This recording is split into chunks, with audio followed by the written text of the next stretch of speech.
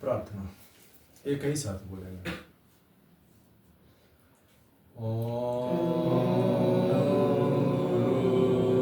ब्रह्मा गुरुर्विष्णु गुरुर्देवो महेश्वरा गुरु साक्षात् परब्रह्मा तस्मै श्री गुरुवे नमः। तो कल हम लोगों ने सोहम योग की बात की थी।